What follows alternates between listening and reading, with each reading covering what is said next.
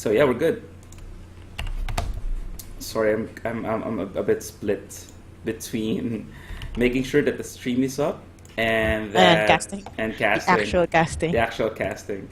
Because as you guys know, we haven't really have this like first world country setup where we have this where we are able to what do you call this, provide a significant 720p upstream, because this is the Philippines and 240p is the best you have, or 360p at best actually.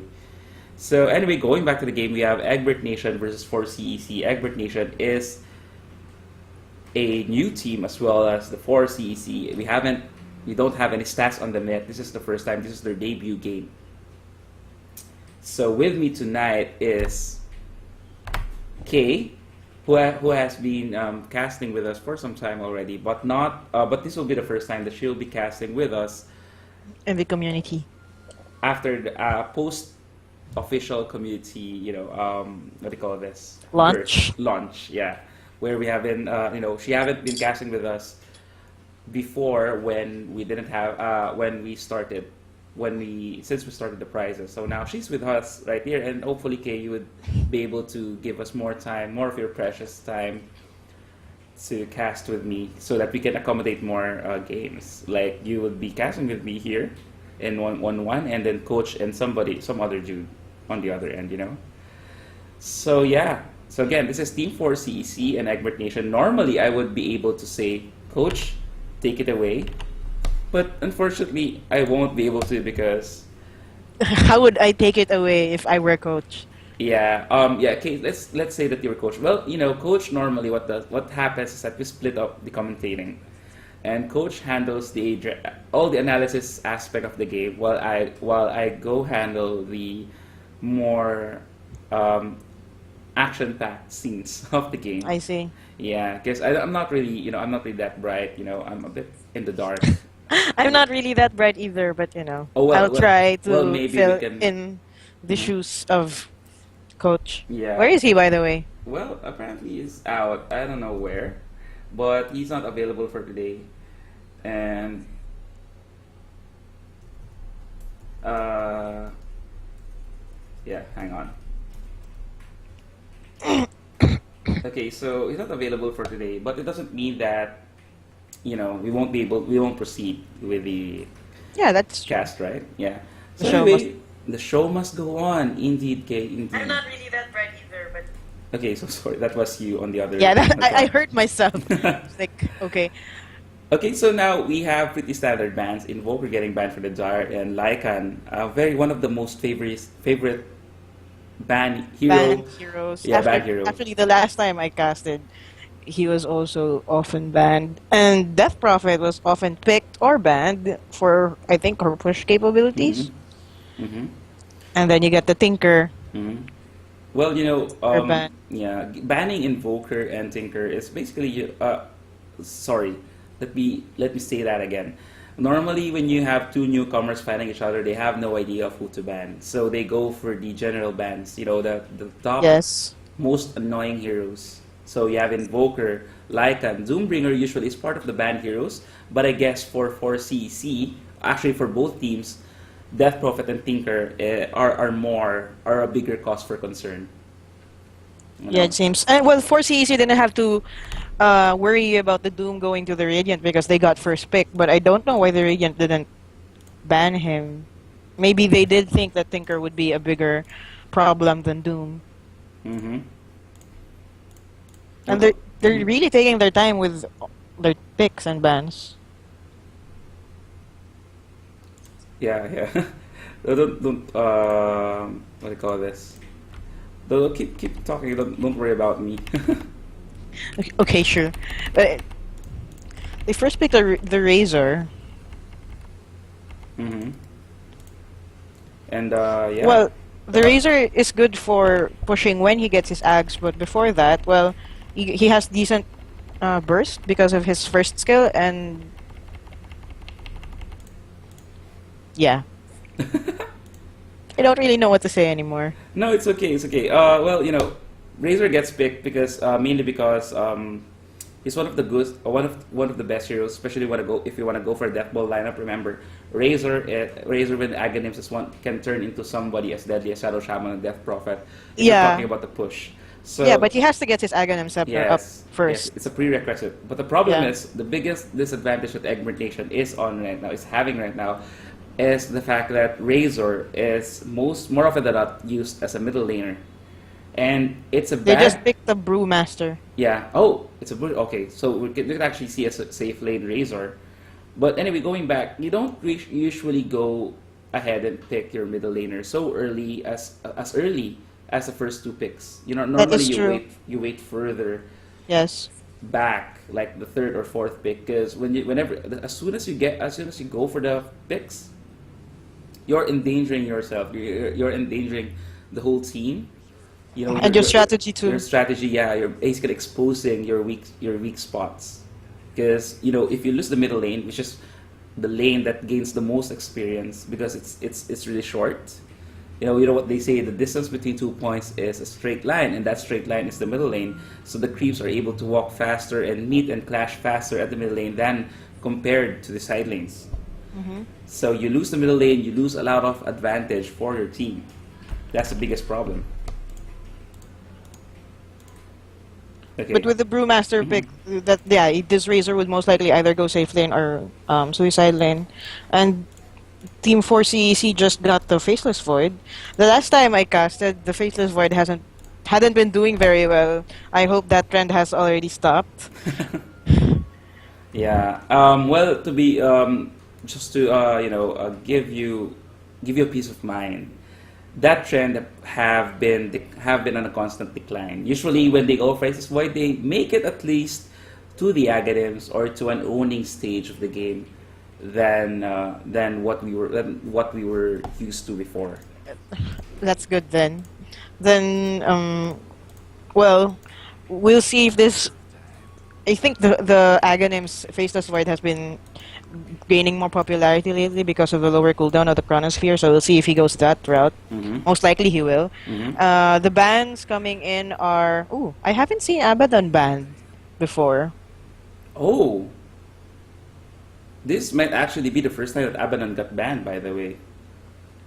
Or picked. I haven't. No, I don't think I've seen him play it. Abaddon has been picked last Sunday, or was it last Sunday, during the fight between Tactica Gaming and NLS.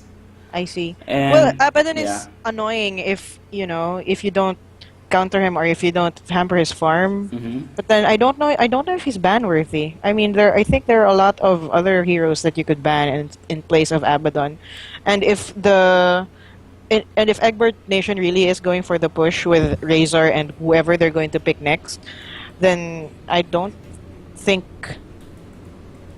not banning one of those other heroes is a good decision. hmm and yeah, and so far for the bans, the one that makes sense most, considering the response to the picks, is Scarlet Mage.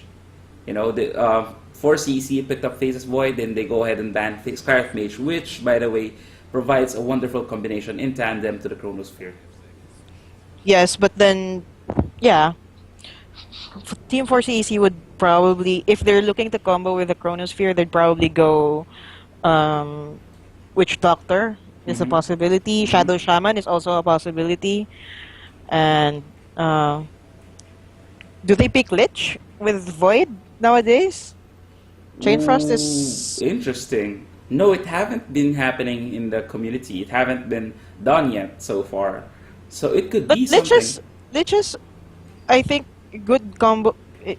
Is a good combo with Chronosphere, but since the Chain Frost depends on bouncing on other people, then you know It's not exactly the reliable. Chronosphere it's not exactly a reliable combo with the hmm Chronosphere. He has to chrono at least two in order for the Chain Frost to be effective. So maybe they'll go another more reliable combo to the Chronosphere, and we get a Dazzle pick, so that they've got their first support, Egbert Nation. hmm They also actually we see that both Earthshaker and Tidehunter are banned, so these are two of the most stable, I think, initiators, hmm with the Ravage from Tidehunter and the Fisher and Echo Slam from the Earthshaker.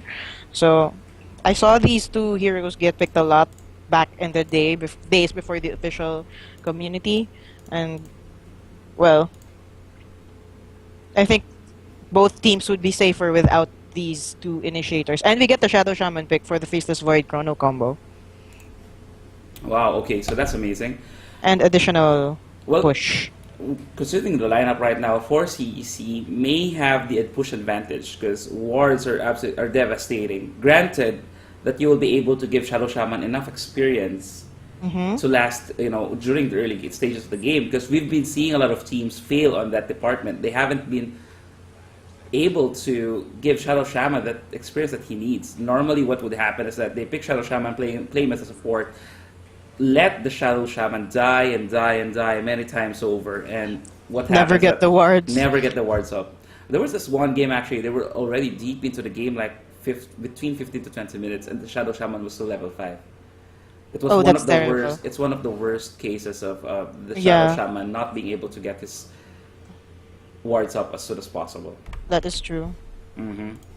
And well, I have to say that if we're going for early push, I would go for the well, Egbert Nation just picked the Jackero, so that's additional push with the Liquid Fire, but I don't know if this Egbert Nation lineup is good at pushing towers quickly.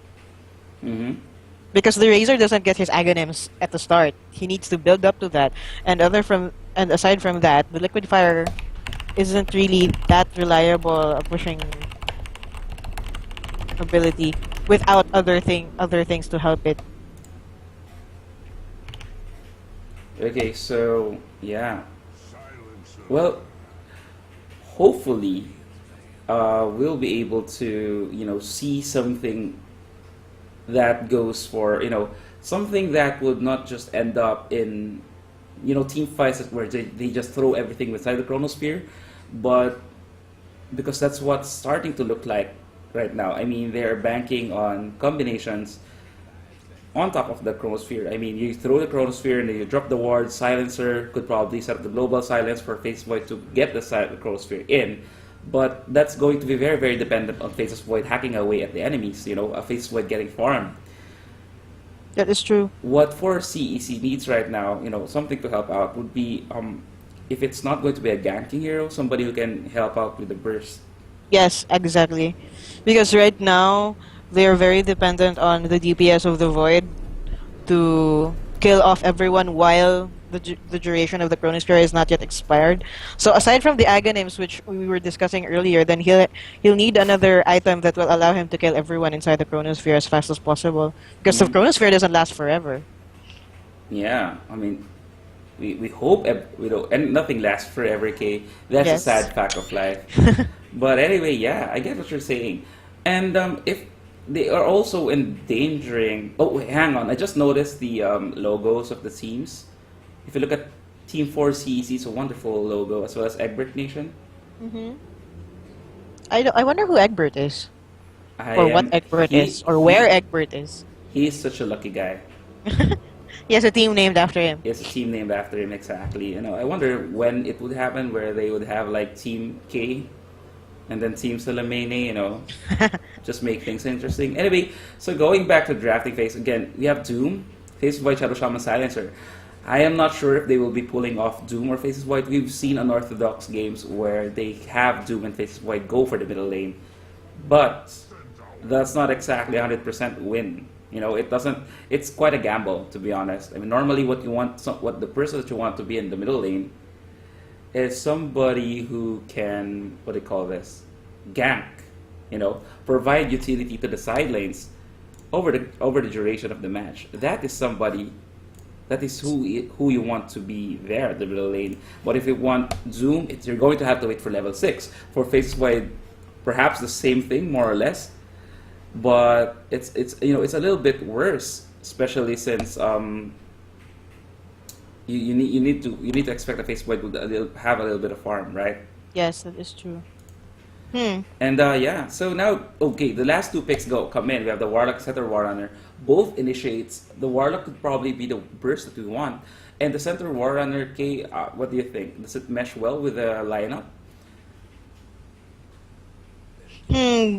Well, the Stampede is is a good initiation spell, but mm, maybe with the Stampede and then Stomp and then a follow-up Ice Path and then Burst from the Razor Mm-hmm. with the Weave Mm-hmm. and probable Primal Split, then they could take a fight, I think. Mm-hmm.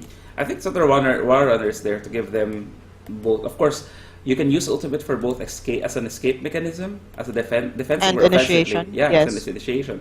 And then when you have Sutter Runner like go on top of the Panda and Brewmaster, or the Brewmaster. Sorry, Blizzard. If you have them like on top of the initiate for the Brewmaster, it's going to be wonderful. And wow, okay, I am so sorry. Let me just cut you off there a bit. The flags, the logos, okay, look at the flags and the emblems. They are so wonderful. They're just too colorful and creative. I'm just happy to watch this game. Anyway, going back to the teams, again, Setter Warrunner versus Warlock as the last picks, both initiation heroes. So I think that's what they both need.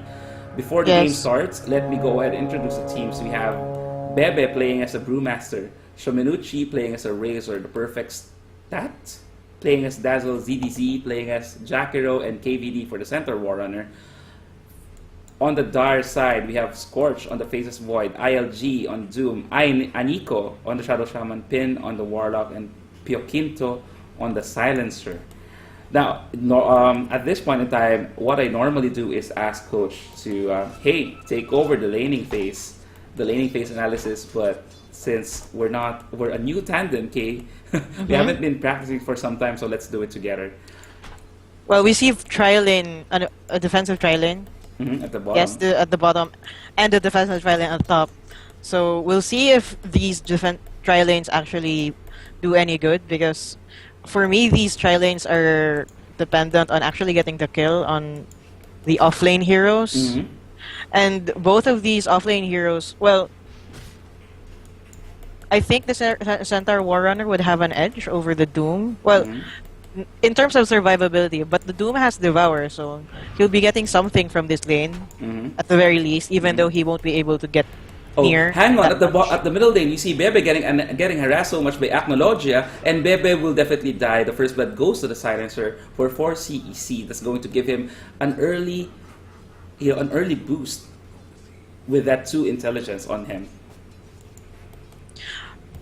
Yeah, during the banning, the drafting phase. Sorry, during the draft, e.g., Egbert Nation was actually banning out a lot of mid heroes. Like Skywrath Mage could be used as mid, and what was that other hero?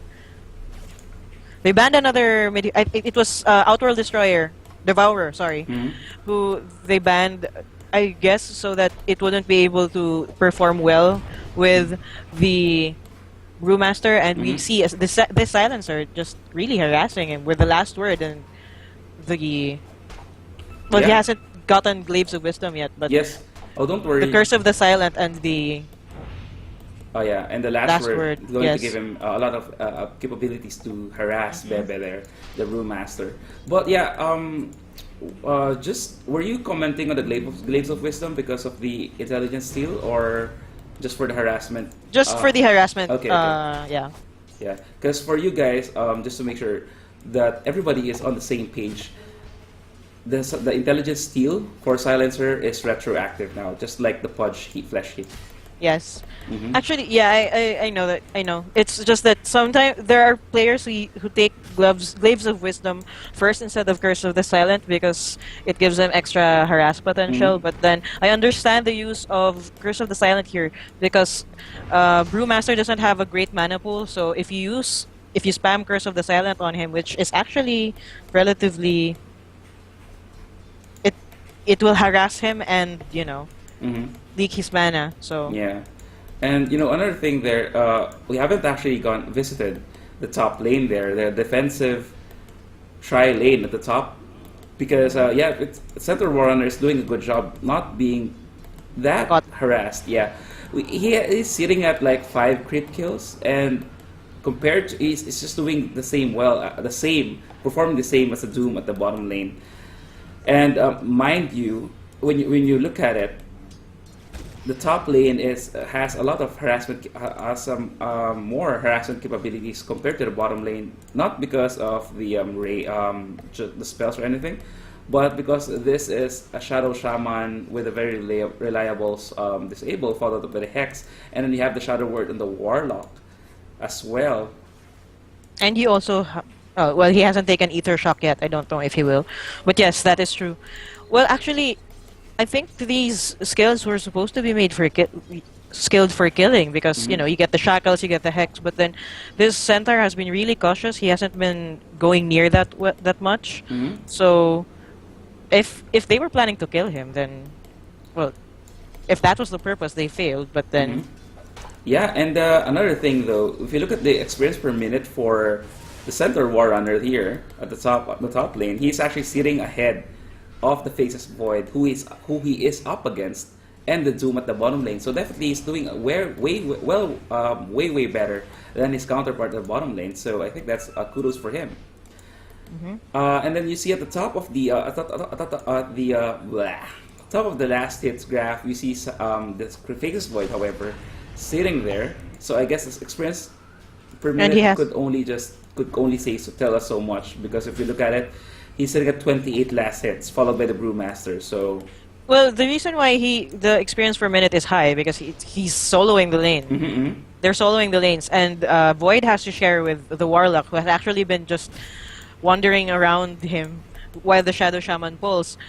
But the farm, I think, is important because, well, the Void already has his Morbid Mask. And we see at the Courier, the recipe for the Mask of Madness is on the way. So at around 5 minutes and 32, we already have Mask of Madness for the Faceless Void. Yes. So this is dangerous, right? Because all they have to do now is wait for Faceless Void to get like level 6, to get the Chronosphere up, and by then, it's going to be, they can actually start steamrolling.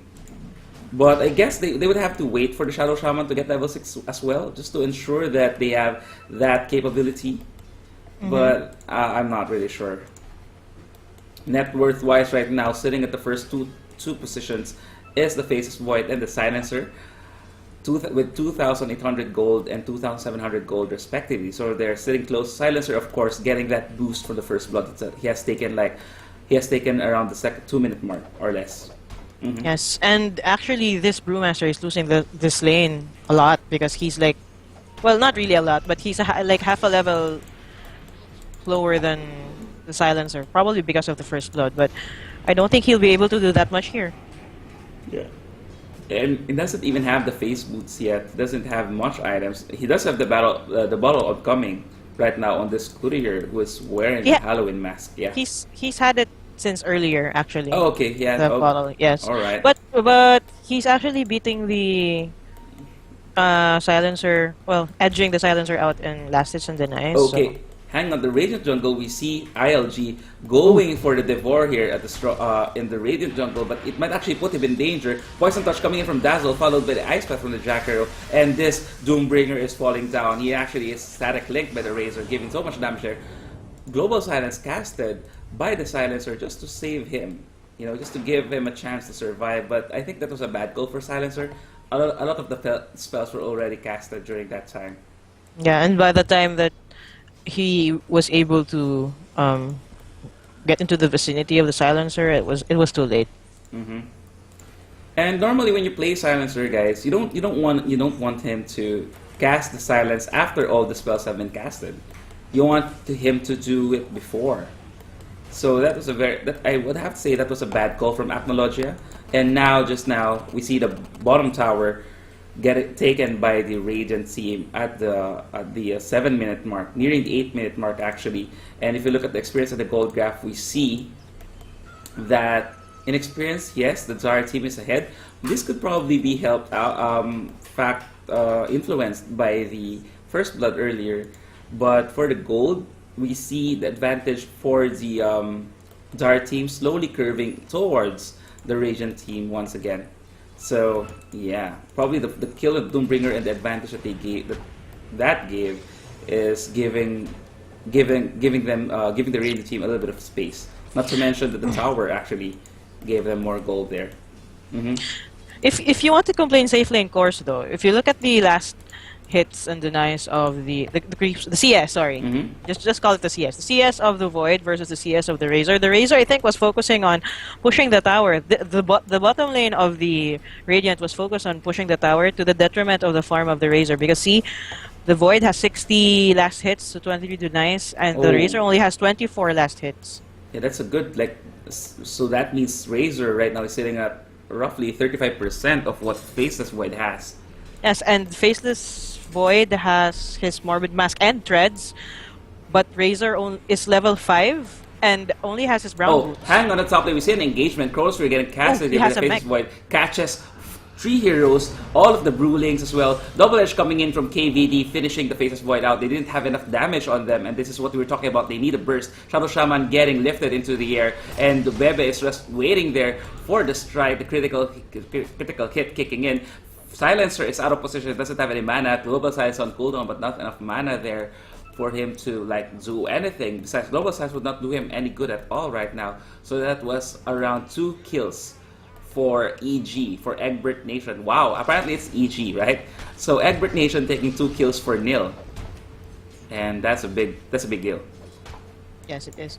The Chronosphere was thrown? Yes, the Chronosphere was thrown. Sorry, I was looking at the Razor who actually has his Aghanims. Mechanism. Sorry, Mhm. Mechanism. And He just got his Mechanism. Oh, and by the way, Brewmaster is sitting at 2,030 gold, so this means that he will just be Rushing 100 his gold Blink away. Dagger. He's rushing for the Blink Dagger. He actually has an Envy rune. Aniko is looking for the runes, doesn't see it there. Is now wondering what's up. And now Bebe goes for the kill, goes for the Thunderclap, slowing Aniko down, just auto-attacking him there. And there you have it. There goes the money for the Blink Dagger. And indeed, he buys it right away. He has enough money to buy another Temporal Scroll just to get back into the action after he goes home. Okay, so yeah, I'm sorry I'm stuttering a lot tonight. I'm really like trying to get used to the new place.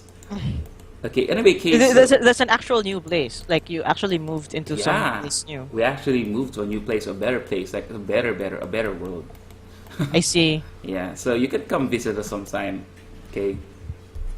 I would love to. Anyway, so now that means the Blink Dagger on the Brewmaster means that Better initiation from them. exactly Egbert Nation has the upper hand when it comes to initiation. They have something to trump the Faceless Void Chronosphere, because obviously if you want to play Faceless Void good enough, you don't want your teammates to be within the Chronosphere when you cast it. And that would imply that, correct me if I'm wrong, most of the support heroes obviously would be sitting at the sides, at the back of the team fights, and that's where Brewmaster would come in and just ruin everything for Faceless Void. After all, the only thing that you need for Faceless Void to be out of position within the Chronosphere is a Jack Hero, Macro Pyre, and an Ice Path. That's it. Yeah, that's actually one thing that we didn't mention during the draft. The Jack Hero is sort of is a good counter. Well, not a hard counter because it's not that reliable, but still it is a possible counter for the Faceless Void Chronosphere. And we see an imminent engagement going here at the top lane. Oh no, everybody backs out. They probably sensed something was happening. And if you look at the ward placement of both teams, I don't know if they are just playing it defensively, but if they really want to play this defensively, because both teams have early game capabilities. I mean, the Doom, as soon as you have the Doom on level 6, you can just snowball over the team during team fights. But right now, look at the wards, okay? They're all defensive. Yes. And they're all covering rune spots and covering entrances to the jungle. So, not aggressive wards, not things that they can use that. It's good for detecting lane movement, but not for much else, and detecting runes where the runes are. Yeah, I mean that's almost exactly anything that you can benefit from that. And we see the face by just farming it away. He is now sitting at. Oh, he actually bought something. Let me check the career. He's going for the Aghanim. A point booster which is bought by the Faceless Void, and this is going to be. They can't allow this to happen. Like, if as much as possible, Egbert Nation needs to delay this Aghanim Scepter. It's going to be detrimental to their capability to win this game. And oh, hang on, imminent team fight coming in at the middle lane. We see smoked Jack Hero up the ramp, waiting for the right position for Silencer to overextend down the lane, down the ramp. But I think they know that something is up.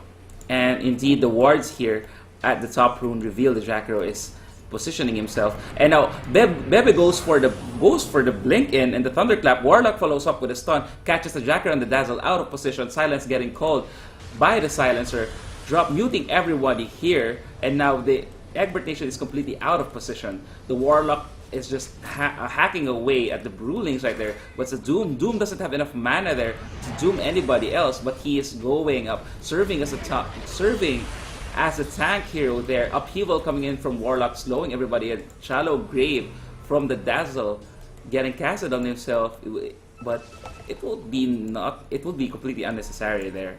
He could have actually used it on the Jack Hero, but I think that's what you call panic. Well, I don't think that was a good engagement for the Radiant. They were too deep. They were too near the tower. They dove the tower actually, and they didn't. They should have expected the response from the Dire team because they were so near the tower. And I'm not sure. I think the Warlock was just hiding behind the tower, behind the silencer. So maybe they weren't expecting the Golem to come down on them when they tried to go for the silencer. And the Golem is actually Golem has like a ridiculous range on top of it. So if you're not careful, you're going to if you don't know where the Warlock is positioned, you will be blind as to how you would counter initiate should 4CE-C engage. Hello? Yes, Still here? Yeah. Yes. Meanwhile, maybe they're going to try to push this top lane.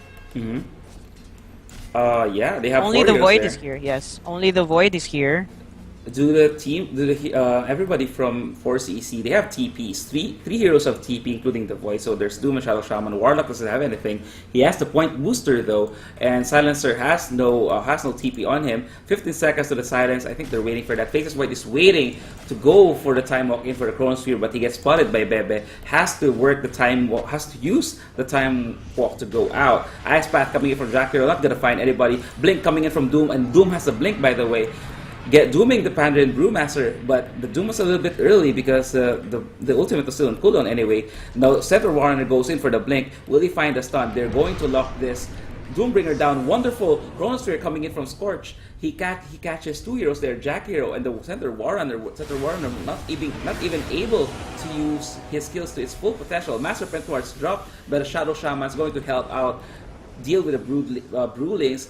Shadow Shaman gets lifted to the air by the storm brewing there, and Doom dies as well. Wonderful turnaround from Team EG, taking 3 heroes down with just the confusing Brewling micro coming from Bebe. And with that, Razor even takes away the top tower after all the team fight. So this is definitely a win for EG, and it's not yet over. Aniko is getting spotted right there and dies to the Brewmaster. Brewmaster getting like 2 heroes there during the last team fight, maybe 4.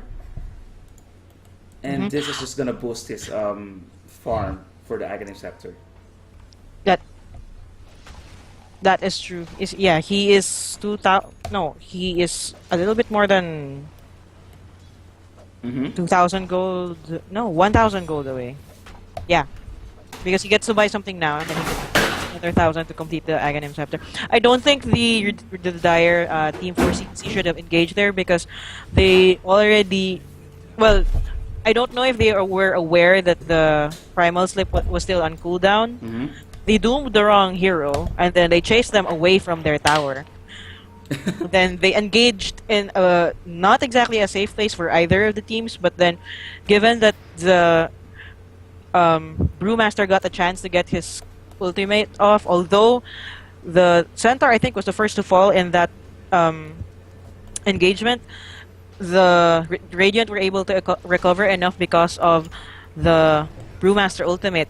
I think largely because of the Brewmaster ultimate. I think the biggest mistake that 4CE-C did during the team fight was that, including those details that you have just mentioned, it's the fact that they allowed the EG tanks to soak up most of the damage. If you notice, just during that last team fight, they just threw everything down on the Brewmaster and the Center War Runner. I mean, that is just, I don't know, that's just bad prioritization. And now at the bottom lane, we see the Razor getting zoomed right here. He was able to throw in his skills, but he won't be able to use that mechanics. While Center Warner goes for the ultimate and might be able to save Razor. No, Razor goes back and actually dies to the Doom. And this is just bad positioning for Egbert Nation. Center War Runner used his ultimate, but that's the thing. They knew that the Razor was already being harassed, but they didn't TP in immediately. And now Scorch is using his ultimate on the Jacker at the bottom lane. So I don't know if this is worth it. So maybe because it will allow them to go for the push. But now Brewmaster is TPing in. He has the ultimate here. Goes for the Thunderclap and followed by the Center Runner. Goes for the double edge. Warlock replies with a Demon on top of everybody here, stunning everyone. But it's not going to be enough to soak up all the damage coming from the Brewlings now. So the Golem was able to finish up with the Center Runner with the help of the Silencer, but it's going to be a 2-for-2 exchange in the end. And mind you, they had to use a lot of their skills during that last team fight. But I guess it's not over yet for 4CE-C, especially because the Shadow Shaman Wars weren't even used during that time. And the Chronosphere wasn't up because they had to use it on the Jackers. So. Yeah, I think it was a good decision for the Radiant to at least engage because they knew that the skills would be on cooldown. So, although I think they. No, never mind. It was a 2-for-2 trade, but they did this with defend their tower, so no tower gold going the way of Dire. In comparison, the Radiant have a 3-tower advantage because all of the tier 1 towers of the Dire are already down. Oh, wow!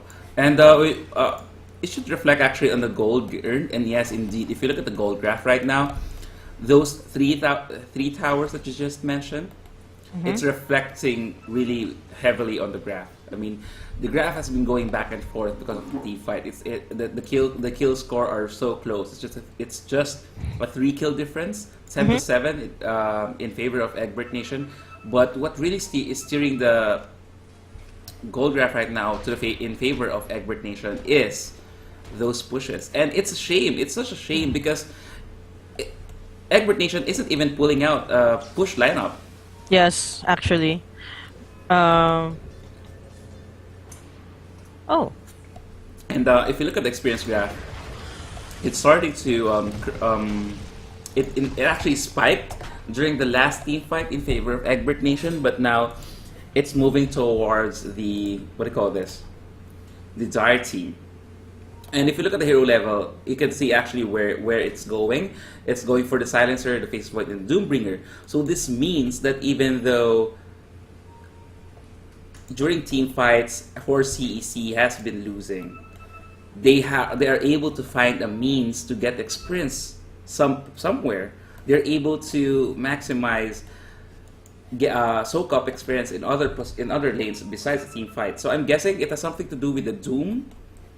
The VAR, because that's really giving him more experience per minute than he is usually able to, than waiting just in the lanes. So now, Smoke Gang coming in from the Radiant team, they get revealed. Silencer has the haste, however. If he doesn't get stunned now, he will be able to survive. Now, he throws the silence in, but everybody hesitated. The silence actually allowed him to escape, not giving Center Warrunner the delicious taste of a stun on top of a silencer. Warlock goes in with a golem, catches 2 heroes there, transitions to an upheaval, slowing the Jackero and the Razor down, but he gets stunned by the Ice Path, and now he dies. 2 heroes fall for 4CE-C. The silencer had to use the global silence so early during that team fight, and now they have no way to defend this tower just like that. So it's now up to the Silencer, the Faceless Void, and Doombringer. The question is, will they be able to do it? Time Walk coming in from the Faceless Void. He catches 2 heroes, including the Pandaren, but Pandaren getting duped, getting auto attack by Silencer. So that's 1 victory for EG. And now the fight isn't over yet. Center Warner drops to the wards, to the DPS, and now Dazzle's getting chased down by the Doombringer, and he will die probably And obviously there, and Jacker is just running away from Shadow Shaman. He gets shackled, and now Aknologia is here to do the auto attacks, but Bebe is not that is not going to let that happen. He blinks in with Thunderclap, calls the Brewlings in, and just chasing everybody down. So complete turnaround. Now the buyback from the Brewmaster is worth it, and now Doombringer is dead. Silencer had to buy back in. Now Warlock and Silencer are the only ones in here. This is Void still alive. He has 10 seconds there on the Aghanim Scepter. Ice Path coming in, knocking 2 heroes down. Aknologia has to run away. The Silencer has to survive this. And now Bebe is just trying to throwing the Drunken Haze on the Faces Void ultimate on cooldown now. He's missing because of the haze, but he will be able to finish it anyway because of the additional 1 second in the Aghanim Scepter and the Silencer auto attack. So very extended team fights right there. I think they were 4CE-C was able to close the difference in the kill score to down to 2 from 3. I don't know if it's a lot, but remember, Kate, both teams had to buy back each. Yes, and if I'm not mistaken, the Brewmaster bought back and the Silencer bought back, but the difference is that the Silencer didn't die. Mm-hmm. Oh yeah, it's a die. What happened to the Brewmaster was that it was a dieback. And if you look at the Brewmaster and Silencer is now sitting at what, 20 intelligence stolen? Yes, 20 intelligence stolen. If you look at the, I understand the buyback of the Brewmaster because he wasn't able to use his ultimate before he died the first time, so he bought back in order to contribute to the team fight. But then, I think the team fight extended too long. They should have backed off at some point because the end result was that he died again, and for you to buy back and then to die again, especially when you bought back at the start of the countdown, the respawn countdown. So that means that on his next spawn, he will have a lot more time to wait before he can spawn again. So, and he died again. So the income that he got from killing all those people when he bought back would just be negated by the fact that he died again. Yeah, twice. And now we actually see somebody. We see the Radiant team. The Observer Ward from the Radiant team sees the clustering of the Dark team here near the Observer Ward, right above the Roche Pit ramp or the Dark Agent ramp. Yeah, they saw the smoke, so they'll probably just back out. They'll back up from this because they don't want to fight this one. Because they probably know that the reason why they are doing this was because the Warlock and the Shadow Shaman, they're already with their ultimates. But no, Scorch goes in, catches the 2 key heroes here, including the Brewmaster and the Razor. But with the Warlock still alive, will he be able to throw in the ultimate? No, Shallow Grave coming in from the Dazzle, going to help the Brewmaster survive a little bit more. The Silencer throws in his ultimate, but it's a little bit too late, I believe. It could have gone better there. The Warlock is in danger, he has to go back. Shadow Shaman and the Warlock both go down. And now the Shallow Grave keeps saving everybody, now saving the Center War Runner here. And now Razor goes for the Plasma Field. Silencer was able to kill the Jacker on the Center War Runner, but Dazzle will be able to finish the Silencer off as a revenge kill. So now it's a 3-for-3 exchange during the last team fight. And is Silencer on the Aghanims? Yes, he is on the Aghanims. No, not yet. Sorry, not yet. But how was he able to kill the Center War Runner? Was it because of the Curse of the Silence? I'm not sure actually. Yeah, I need to practice just observing what was being casted during the entire time. But anyway, I believe that it could have gone better for Team 4CE-C. Yes. But they doomed the Void even while he was inside the Chronosphere. The Void? I know the Brewmaster. Brewmaster, I'm sorry. Even while he was inside the Chronosphere. I think they could have done it.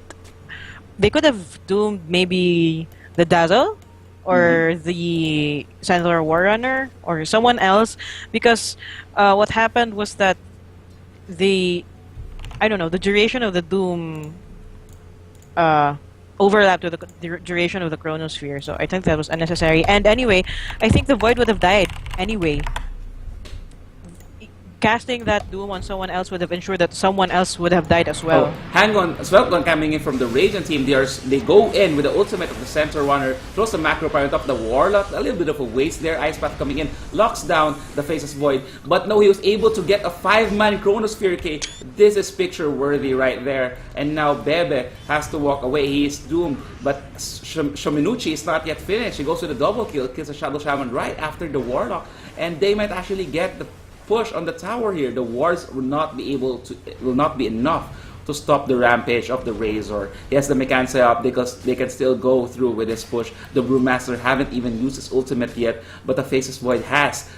Even though he has the Aghanim at a 30-second wait, that's a full creep wave he has to wait there. Doom had to use ultimate, so it's going to be a little bit longer before they can pull off a defense with the Doom. Silencer has his ultimate, they can go on top of this. They're just waiting for the Chronosphere to cool down. 15 seconds on the clock. Fortification coming in from the Dire team, going to buy them some time. Now the Radiant team might have to back out from this. They might have to let this one go. They know they're out of position and the Warlock ultimate is almost on cooldown, and yes, it is in 1 second, and there it is. They are ready for a team fight, so it's a good decision for Egbert Gaming to actually back out from that last imminent team fight. And we see the Dire team now converging at the Dire jungle. They are smoked, they want the Razor here. Time walk from the Faceless Void should give them enough time to chase, to lock him down. Shominuchi getting attacked so much there, and Doombringer throws in the level death, and a lot of disables coming in, either Shock and Curse of the Silent and Last Word thrown all around the place, and the kill goes to the Shadow Shaman, which I think it's a little bit good. I mean, the kill is a kill, but remember the Razor had a killing spree, I believe, so it would have been better if they were able to give it to the Void. I'm sorry, my mom came for a bit, so I was a bit out of it, but anyway. Yeah. So, how do you think this game is going? Everything is zigzagging, except for the gold. Yeah, it's. But the gold is actually thanks to the towers, because look at that. The tower situation is actually for the Radiant right now, although they just lost their top tier 1. It's definitely going in the way of Egbert Gaming. Yes. If you look at the net worth, they're sitting at around 12,000 gold and 11,300 gold for Razor and Brewmaster respectively. So that's a big thing, because basically you're now 30 minutes into the game, and giving so much gold for these two heroes gives them the capability to keep dominance, to maintain dominance over team fights. But that's not to take away from the Dire team. I mean, they've been doing so well considering that they are not really that equipped for team fights. I mean, they are, but EG is a bit more has more defensive capabilities. They have more survivability. And they have sorry. more. Yeah. And I worry about the execution of the Dire, because it seems to me that the durations of their disables overlap during team fights. I don't know if that's by design. I don't think it should be. I think the Doom targeting could also be better, because sometimes they target people that could already go down without the Doom, and they could have used it on somebody else who would be able to chase them down and kill them after the fact. Yeah. I don't know. We were saying earlier that the problem with this Dire lineup is that there isn't enough burst to finish off the people inside the Chronosphere, and for the most part we're right, because although the Warlock has good initiation potential because of the Golem that you can cast at a range, and the Golem itself hurts a lot, but the problem with the Golem is that when there is a Chronosphere, the Golem can't touch the other people. Oh. Okay. The Golem is affected by the Chronosphere as well, right? Yes. So he won't be able to attack anyone inside the Chronosphere. So he'll have to wait until after the Chronosphere, and that they should do that. But I don't think they have been doing it, because what happens is once the Chronosphere is down, they all scatter about. And that's the biggest problem. It's exactly what we were talking about during the drafting phase. The Faceless Void is too much, is being too pressured so much to be the center of the key. to pulling off a good team fight. Now we see them getting initiated upon right after the Roche Pit, Pipe of Insight coming in for the Radiant team, going to give an additional HP there for the magic damage. Chronosphere cashing 2 heroes, including the Dazzle and the Jack hero, but they are not the heroes that you want to lock down. You want to lock down the Razor, you want to lock down the Brewmaster. And now the Brewmaster is still alive, just harassing everybody in. Definitely to get the kill on top of the Doombringer. Now 2-for-1 exchange in favor of the Radiant team. No, it's a 2-for-2. And now they're chasing the Faceless Void down. Faceless Void just hacking away at the Dazzle, but he is getting crit by the Brewmaster, and now 3 heroes are down, 4 actually if you include the Aegis pop, and now Scorch is out of position, getting slowed by the haze, and the Brewmaster is very, very capable of going in for a Thunderclap to slow the Face Void. Backtrack coming in from Scorch, giving initial HP there, giving him a little bit of time there. Time Walk going up, the Ice Path was almost hit the Faceless Void, but not, it was too late to actually catch and latch on to FV. So you know what, during that engagement it was a 2-for-4, and I don't know, it's a pretty good indicator of how well EG is doing right now. If you look at the experience graph, believe it or not, even though Egbert Nation seems to be above, the experience graph is even Steven. There's a 0 difference in experience. However, for the gold, it's still in favor of Egbert Nation. Yes, and I don't understand. The Void gets off a Chronosphere and then he stops in the middle of.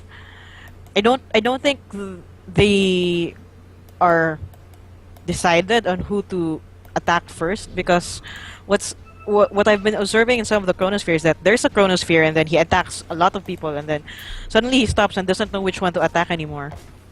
It happened earlier. I think he was. I'm not sure which one he was attacking, but there were 2 people inside the Chronosphere. He was attacking one, and then he suddenly went away and then didn't attack anymore. But I have to say that I think the Doom was better because he was able to Doom the Razor and prevent the Razor from using his ultimate the first time, and he died. So I think that Doom was better than the previous Dooms that he's been doing. Yeah, and I think that team fight could have been much worse for the Dire if the Radiant were, if the Razor were alive, because that ulti, man, like the minus armor and the more DPS. often, the DPS, especially really especially with the Aghanims. Okay, hang on, let me cut you there because Scorch is going in for the Time Walk, ultimate coming in for the Center War Runner. It goes for the Shallow Grave, but no, it's a 4-hero Chronosphere. The wards are now attacking Bebe there. They don't want the Brewmaster to keep his pop his ultimate. A wonderful Doom transition to a Shackles there to ensure that the Brewlings don't come out. Now, one hero said it's just a Dazzle. The Pipe of Insight getting popped. Stop. Anyway, so now it was we see Egbert Nation just continuing to disengage. They don't want to risk it further. And well, yeah, that's about it. I mean, it was a wonderful time walk in for Faceless Void, but they don't have enough burst to ensure that everybody's dead. ZBZ is in danger from the auto attacks of Scorch. The haze going to save him there because of the miss. Ice Path coming in from ZZZ. Wonderful save there from Brewmaster. Center Runner goes in with a blink. BKB getting popped by the Brewmaster, but unfortunately he seemed to have popped.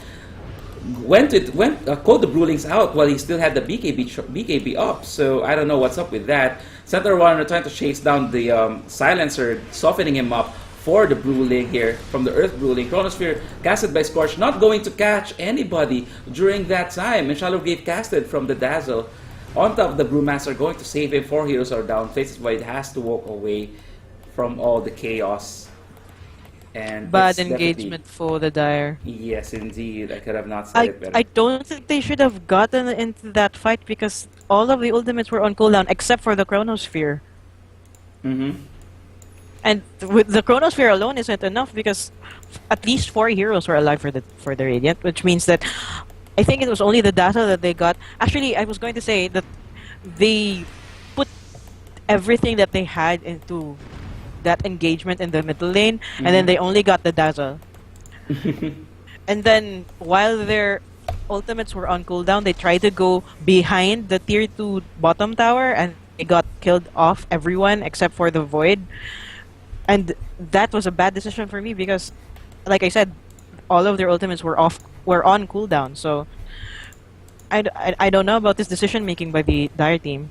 Yeah, but you know what? At least, at the very least, slowly but surely, they are picking up pace. Because his face is white. What isn't hasn't been dying for some time now. He's sitting at like what 2-2. So even though the Dart team have been losing a lot of team fights, Faces Void has only died twice in the entire game. So I think at the very least they have that going for them. I mean, between Silencer and Faces Void, it's Faces Void you want to stay alive and bring and carry the team to the late game. Well, let's see if he can. Well, let's see if he can do it. Like I said, if even if he's not dying, if they're not killing off the people inside the chronosphere, then it's not. That's not good. That's not anything at all. Oh, hang on. I didn't notice this during the draft phase, but apparently all heroes of Team 4CEC are capable of buying an Aghanim Scepter, and four of them actually have the Aghanim Scepter by now, right now.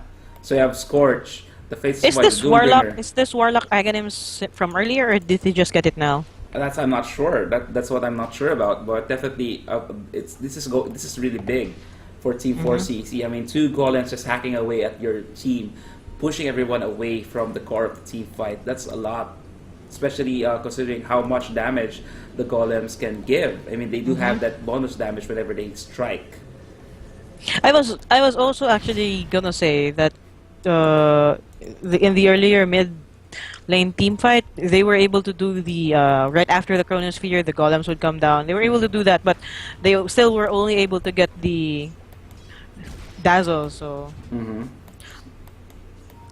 we'll see how the next engagement will pan out, especially since the Radiant are now knocking on the Dire's middle lane door. Exactly. And on that note about the middle lane team fight, I think the biggest factor during that clash was that they engaged behind the tree line, and I don't know. I'm not sure if it was nighttime, but engaging inside Smoke coming the in from the jungle. Dire. Yeah. Smoke coming in from there, actually. Scorch finding them here. Scorch is waiting for the right position to throw in an ultimate. He pops an ultimate, catches two hero, catches the Razor there, but the Brewmaster is free to go. Again, he goes for the BKB, transitioning into the Brewlings, which I think is a little bit silly. But now Jack Hero, wonderful macro pie, catches three heroes there, but it's not going to be enough. Now two heroes are down for the Radiant team. Three heroes now. Four heroes right now. Brewmaster is the only hero alive because of the Brewlings right here. He's trying to chase down the Silencer, he's trying to chase down a lot of people. Now he's going for the escape, getting silenced by the Orchid Malevolence from the Silencer, and now it's a complete team fight for 4CC, and this is what I've been talking about. Faces Void hasn't been dying all this time. And now he's picking up pace. He's going for the MKB right now, and it's really, really formed. If you look at the net worth, earlier, it was actually the Brewmaster and the Razor who was sitting at the top. Now it's the Silencer and the Faces Void.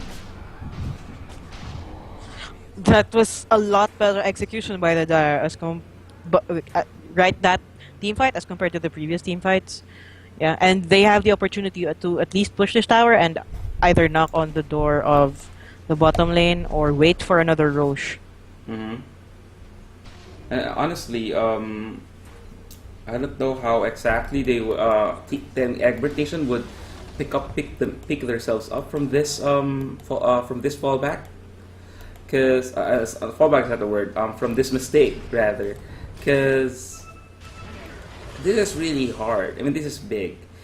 They just helped the Shadow Shaman come closer. Sorry, not Shadow Shaman. The Warlock and the Doombringer to come closer to their items, especially the Faces Void.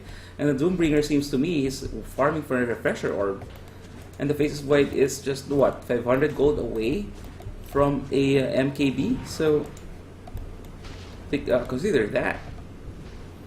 And if you look at the sorry, please continue.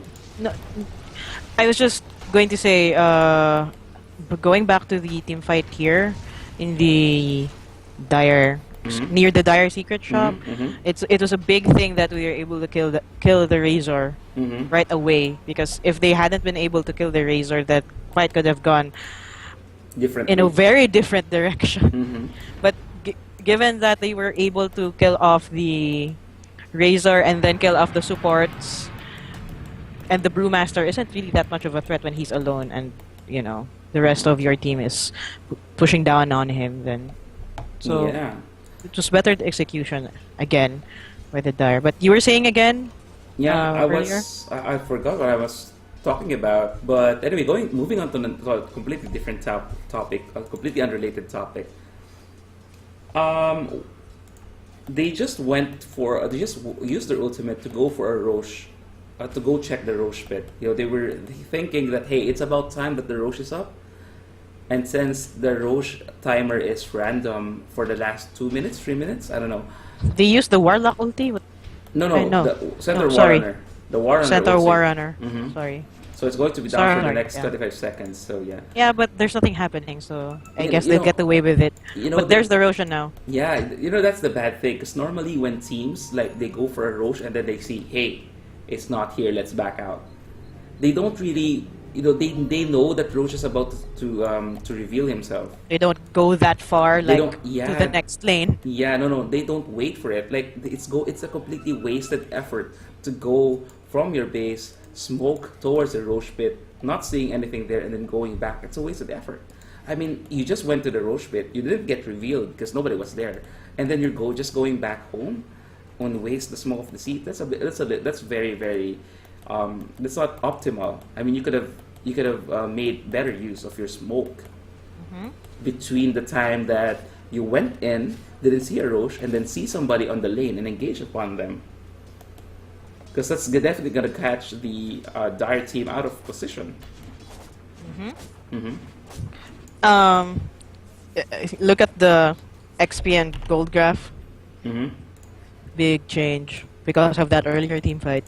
Oh, yeah, it's now actually, the experience gain and the gold gain just dropped completely in favor of 4CE-C.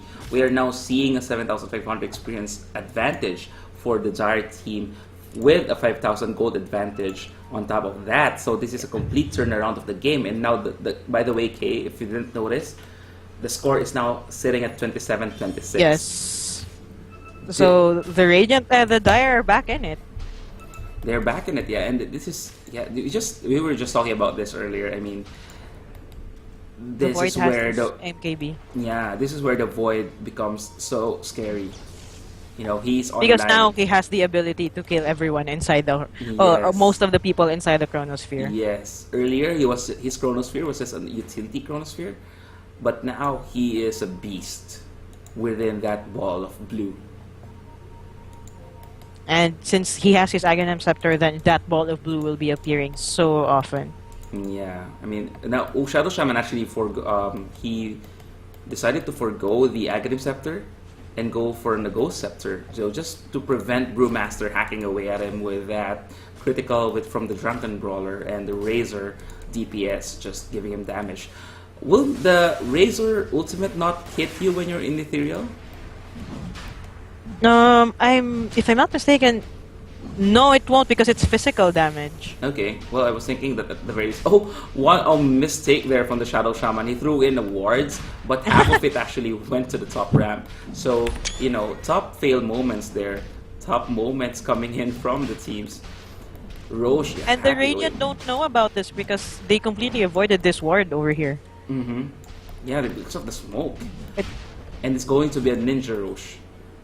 And you can actually see that the Radiant team feels that they are on the back foot because They're being very defensive. they're being very defensive. You haven't even seen them cross the river yet since the last failed team fight. They don't want to risk it. They're just too afraid right now. That's the biggest mistake next to what they have been doing, because if you're losing the team fights, the last thing that you want to do is to be so scared of the team that you lose your aggression. I mean, I'm not saying to just go in, just go in like an idiot. What I'm saying is, don't lose the proper aggression. Mm-hmm. And they just lost it, and they're just playing defensively, and their heroes are not. They're already too defensive in nature. If they play defensive heroes, the way more defensively than they are naturally are, they are not going to make any difference. Yeah, Axpath coming in from ZDZ is going to lock Scorch down, but Scorch doesn't even care. He has the Age of the Immortal on him, so he's just going to hack away the tower until they make it to tier 3. This is probably a transition towards a push to the top lane because they simply could. They simply could. And they're now, oh wait, hang on, they decide to maintain the push here. Smoke of the Sea popped by the Razor. They want to go for the wraparound. They don't have any wards on their own jungle, so this is just complete map control for the for the Dire team. They even have a ward up here, right beside the ramp of the tier 2 tower. Massive Red Ward is getting dropped by Aniko, and they will start hacking away the tower. Tower is dropping so fast right now. KBD has ultimate. He could pop the inside. They are clumping together for some reason. They're waiting to right position. Dazzle should be throwing his ultimate right now. Oh, he's still in cooldown. Silence coming in for the silencer. Doom getting trapped by the Brewlings and the Brewmaster, and he might actually fall there. Center Warrunner pops the BKB. Another silence coming in from the silencer. So apparently he has a refresher orb, locking down everybody on the Radiant team to oblivion. They could have cast any of their spells. Doom did die. He was even able to cast his ultimate there. Razor buys back into the game. Bebe is now back. The Brewlings are out. The Macropie is in. Scorch, however, is still online. He has a Mask of Madness cooldown online soon, and he will start going away from Minucci. Static Nick up on the Razor, able to steal 84 damage there, but no, the MKB just giving the Face Void so much damage. He still has around 150 damage on him even after the Static Link, and not to mention that the Silencer is still a lot up. He has 42 intelligence on him, giving him 217 plus 70 damage, total of 287 damage on him. And they are now going for the racks. They have 2 golems right now, and they could easily transition to a push to either lanes. And now Faces Void goes to the bottom lane.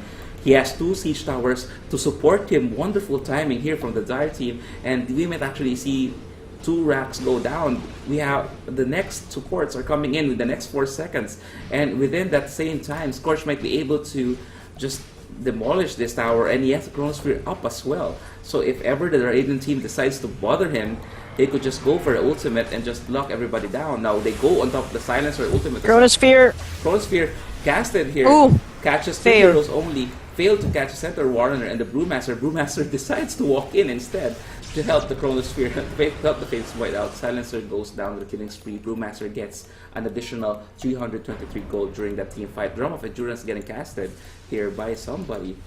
It was the Dazzle. Tried to catch up on the Mask of Madness, what they call it, the activated Mask of Madness, and the time up on the Face Void. They won't be able to find the kill. So now 2 lanes are down for Egbert Nation, and the game is now in the favor of 4CE-C. The silencer could have been saved if the Void had gotten the Centaur inside the Chronosphere, but you know, minor detail. They still won that engagement, those engagements heavily because they got 2 lanes of racks. They were able to kill the Radiant heroes. I'm not sure. Were they able to get the team wipe? I'm not sure, but they were able to kill a lot at the very least. So I think the game is theirs to lose now if they ever lose, and the EXP and the gold are those engagements are reflected in the EXP and the gold. They have a 14,000 gold lead or experience lead and a 17,000. Wow, that's a lot. I mean, that's the moment that you're not that you find yourself in a position where you can even curve the curve, you know, deflect the provide an inflection point or something, you know, just to bend the curve to your favor. You know that it's already a losing game. And that lead is so big. It all just started because of that engagement in near the Dire secret shop. That was when the Dire team started realizing the potential of the Void Warlock with the Doom and the Shadow Shaman, yeah. And you know, that's the thing. The first few times that the Chronosphere was casted during the early game, they weren't able to lock down the key heroes. You know, they keep catching the supports, and that's not really Faces Void's job. I mean, the Chronosphere is the ultimate disable in the game, right? Because once you're in the Chronosphere, you're inside the Chronosphere. Not even Rubik, who have stolen the Chronosphere, can move inside it. So it's definitely everything that you need to set things up. And with the ultimate disabled, you need to go for the key heroes. And just like just right now, Shominuchi getting caught in that Chronosphere, and this is actually GG for Egbert. They have no way to provide enough DPS and enough anti-carry capabilities on the remaining heroes. Brewmaster, sure you have the Brewlings, but you know Brewlings have this limit. You know they reach a certain limit where the damage can't even increase as much. And now ultimate coming in from Center Warner, they want to go down. Pin decides not to wait for the ultimate, goes for the Refresher Orb and casts the ultimate in. 2 golems are now up. Center Warner finds a kill in the Doombringer. Silencer replies with a global silence. Warlock is dead. So Warlock takes a Jack Hero. Jack Hero is dead. Dazzle is dead. Followed by the Center Warrunner immediately after. Good Scorch Staff. Yeah, Scorch Staff is now... Scorch Staff. Scorch is now facing the Brewlings on his own. Aniko and the Warlock are now there with the Silencer help, so definitely GG is being called, and now the first game goes to Egbert Nation, and we will be taking a 5-minute break before we move into the game 2. Wow. That was intense. It wasn't entirely one-sided either, because at first the Egbert Nation was actually winning the early game arguably, and then it was just that the game extended too long.